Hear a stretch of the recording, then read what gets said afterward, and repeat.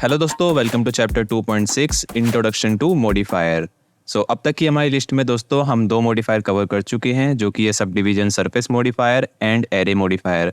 And third हमारा होने वाला है दोस्तों solidify modifier. But solidify modifier को समझने से पहले दोस्तों आपको कुछ टर्म है ब्लेंडर में जो आपको क्लियर होनी चाहिए। सो इस वीडियो में उन टर्म्स को देखेंगे जो कि है show overlays, face orientation and normals, crease. इन सभी टर्म को हम देखेंगे एंड नेक्स्ट वीडियो में हम एरे मॉडिफायर को समझेंगे। सो वीडियो स्टार्ट करने से पहले दोस्तों मेरी एक रिक्वेस्ट है, आप वीडियो को लाइक कर दीजिए, चैनल को सब्सक्राइब कर लीजिए। चलिए वीडियो को स्टार्ट करते हैं। सो दोस्तों मैंने अपना ब्लेंडर का वर्जन 4.1.1 ओपन कर लिया है। मैं यहाँ साइड पर क्लिक करूंगा, ए प्रेस करूंगा to select all and delete press कर दूंगा। एंड दोस्तों मैंने अपनी स्क्रीन कास्ट की भी ऑन कर ली है। जो भी मैं माउस प्रेस करूंगा या जो भी मैं की प्रेस करूंगा वो आपको यहाँ पर शब्द दिखती रहेगी, ठीक है।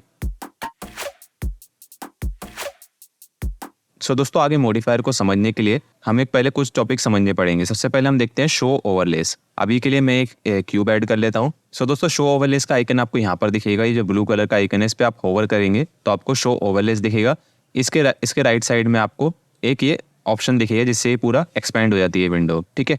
तो शो ओवरलेस क्या होता है, जितने भी हमें यहाँ पर व्यू पोर्ट में दिखता है उसको हम यहाँ से कंट्रोल कर सकते हैं। जैसे मैं इस पर क्लिक करता हूँ, सबसे ऊपर आपको फ्लोर दिख रहा है। अगर मैं यहाँ से टिक हटा देता हूँ तो हमारा जो 3D फ्लोर है वो गायब हो जाएगा, ठीक है। मतलब कि बेसिकली इससे हम ओवरलेस कंट्रोल कर सकते हैं जो हमें यहाँ पर दिखता है, ठीक है। मान लीजिए एक्सिस आपको ये ग्रीन कलर की दिख रही है वाई और ये एक्स दिख रही है। मैं इस पर क्लिक कर देता हूँ तो ये दोनों भी गायब हो जाएगी।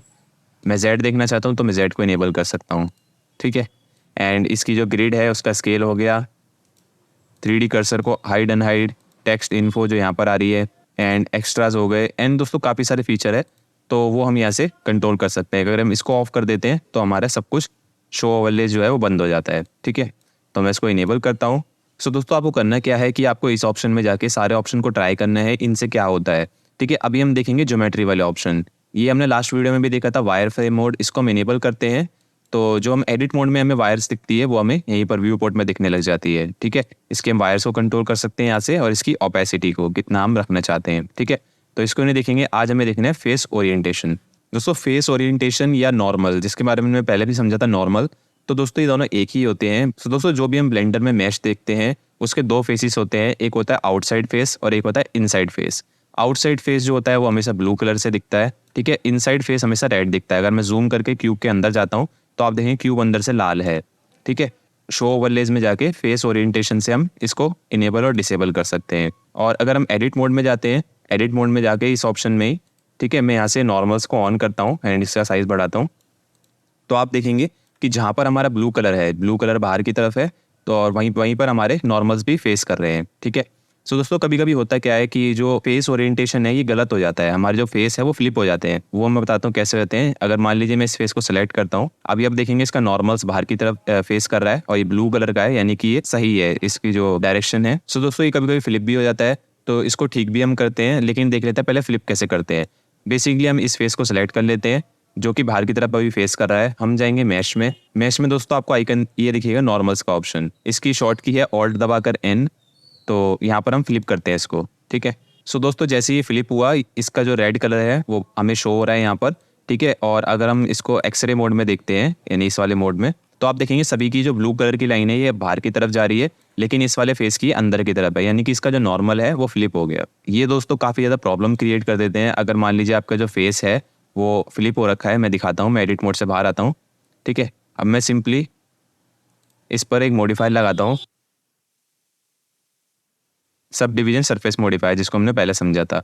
तो आप देखेंगे सब डिवीजन सरफेस मॉडिफायर इधर तो वर्क कर रहा है, लेकिन जो हमारा फेस फ्लिप हो रखा है उस पर सही से वर्क नहीं कर रहा। इस पर कोई मॉडिफायर सही से वर्क नहीं करेगा, ये पूरी ज्योमेट्री को ख़राब करेगा ये वाला फेस। और अगर इस पर हम मटेरियल लगाते हैं, यानी कोई कलर करते हैं, टेक्सचर देते हैं, वो भी इधर की साइड पर डल दिखेगा, यानी कि ब्लैक ब्लैक शेडो आएगी इस पर, ठीक है। तो ये काफ़ी ज़्यादा प्रॉब्लम क्रिएट करते हैं। तो सिंपली हम एडिट मोड में जाते हैं इसको ठीक करने के लिए। हम ए प्रेस कर सकते हैं, सिलेक्ट ऑल, एंड हम दबाते हैं शिफ्ट एन दबा सकते हैं हम टू रिकैलकुलेट नॉर्मल्स, या फिर हम इधर ही ऑप्शन में जाएंगे मैश में, नॉर्मल्स में, ये रहा रिकैलकुलेट आउटसाइड। सो ये अपने आप ही जितने भी फेस हमारे गड़बड़ हो रखे होंगे, जैसे मान लीजिए मैं इसको और इस वाले को भी ऑल्ट एन दबाकर फ्लिप कर देता हूँ, तो हमारे 3 फेस है वो गड़बड़ हो रखे हैं, यानी कि वो जो है अंदर की तरफ फेस कर रहे हैं। जो इनका आउटसाइड वाला फेस है जो ब्लू कलर का होना चाहिए वो अंदर की तरफ चला गया, तो सिंपली ए प्रेस करके mesh normals and recalculate outside, तो ये ऐसे अपने आप कैलकुलेट करके इनको बाहर की तरफ आउटसाइड कर देगा फेसिस को। सो दोस्तों ये होता है हमारा फेस ओरिएंटेशन। ये नॉर्मल्स भी कह सकते हैं इन्हें आप, बहुत जगह आपको ये टर्म बार बार सुनने को मिलेगी, नॉर्मल्स, तो इसको आप अभी समझ लीजिए, ठीक है। ये सिंपली एक फेस की डायरेक्शन होती है, जिधर हमारा फेस है उसकी फेसिंग डायरेक्शन होती है, ठीक है। तो हमने शो ओवरलेस देख लिया दोस्तों, फेस ओरिएंटेशन देख लिया, फटाफट से क्रीज देख लेते हैं। तो यहाँ पर जाकर मैं फेस ओरिएंटेशन को डिसेबल कर देता हूँ, हमारा जो क्यूब है वो वापस उसके नॉर्मल कलर में आ जाएगा।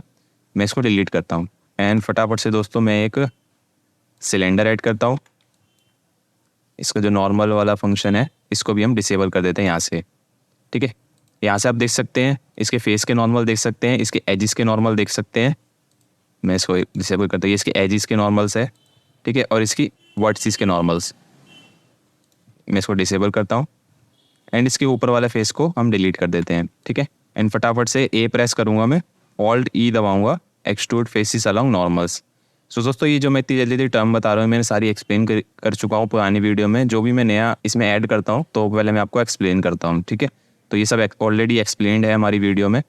तो मान लीजिए इसको हम इतना एक्सट्रूड करते हैं थिकनेस देने के लिए, ठीक है। अब हम इसमें मॉडिफायर ऐड करेंगे, सब डिवीजन सरफेस मॉडिफायर, जो कि हमारे मॉडिफायर्स की फर्स्ट वीडियो थी। तो दोस्तों मैंने आपको बताया था कि सब डिवीजन सरफेस मॉडिफायर से जो शेप है वो राउंड हो जाती है, ठीक है। तो हम कर क्या सकते हैं, मान लीजिए अगर हम एडिट मोड में जाते हैं तो आप देखेंगे इसमें थिकनेस काफ़ी ज़्यादा है, लेकिन मॉडिफायर की वजह से राउंड हो गई। तो क्रीज कहाँ काम आती है, क्रीज क्या करती है, इन एजिस को शार्प कर देती है। तो वो कैसे वर्क करती है, सिंपली हम एजिस को सिलेक्ट करते हैं। मान लीजिए मैं एज सेलेक्ट में जाता हूँ, इन दोनों एजिस को हमें शार्प करना है ताकि इसकी थिकनेस बन जाए।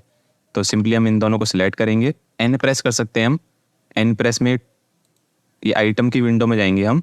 तो यहाँ पर आपको दिख रहा होगा एजिस डाटा मीन क्रीज, अगर इसको हम 1 कर देते हैं तो यहाँ से क्या होगी, क्रीज बन जाएगी। क्रीज यानी कि जैसे कि कपड़ों पे ही बनी होती है क्रीज, ये जो एज है वो शार्प हो जाएंगे, ठीक है। मैं कंट्रोल Z करता हूँ, या फिर आप राइट क्लिक कर सकते हैं। दोस्तों जितने भी ऑप्शंस होते हैं वो राइट क्लिक में अधिकतर ऑप्शन आ जाते हैं, या फिर आपको इनमें मिल जाएंगे वो ऑप्शन, ठीक है। तो आप इन पर क्लिक कर करके उनको ढूंढ सकते हैं। जरूरी नहीं है कि आप हर ऑप्शन की शॉर्ट की याद हो, अभी आपको याद नहीं करनी हो, धीरे धीरे याद हो जाएगी। राइट क्लिक करके यहाँ पर आप देखेंगे तो हमें उसको ढूंढना है, ये रहा एज क्रीज को। तो जैसे ही आप एज क्रीज पे क्लिक करेंगे ये एक ऑप्शन आएगा, इसको आपको राइट की तरफ ले जाना है जब तक आपका मैश पूरा शार्प नहीं हो जाता है, ठीक है। तो हम इसको छोड़ देंगे, या फिर ये करने के बाद आप इसको यहाँ से भी कंट्रोल कर सकते हैं, ठीक है, कि आपको कितनी क्रीज रखनी है। तो हमारी इतनी क्रीज थी, तो ये करने के बाद यहाँ पर एक पिंक कलर की लाइन आएगी, यानी कि यहाँ पर क्रीज ऐड हो रखी है। अब सब डिवीजन सरफेस मॉडिफायर इसको राउंड नहीं कर पाएगा, ठीक है। आप करना चाहते हैं तो आप डबल क्लिक से इसको सेलेक्ट करके इसको बेवल कर सकते हैं। सो दोस्तों ये थी क्रीज। सो दोस्तों ये हमने इसलिए समझा क्योंकि अभी जो हम मॉडिफायर समझने वाले हैं उनमें इन टर्म का यूज़ होगा, ठीक है। एंड दोस्तों ये पूरी सीरीज चल रही है चैनल पर ब्लेंडर बिगिनर कोर्स की। सो मेक श्योर आप वीडियो को लाइक कर दीजिए, चैनल को सब्सक्राइब कर लीजिए। एंड दोस्तों आप मुझे पेट्रियन पर भी सपोर्ट कर सकते हैं, आपका सपोर्ट मेरे लिए काफ़ी ज़्यादा हेल्पफुल होगा। सो दोस्तों मिलते हैं आपसे अगली वीडियो में, तब तक के लिए आप प्रैक्टिस करते रहिए और सीखते रहिए।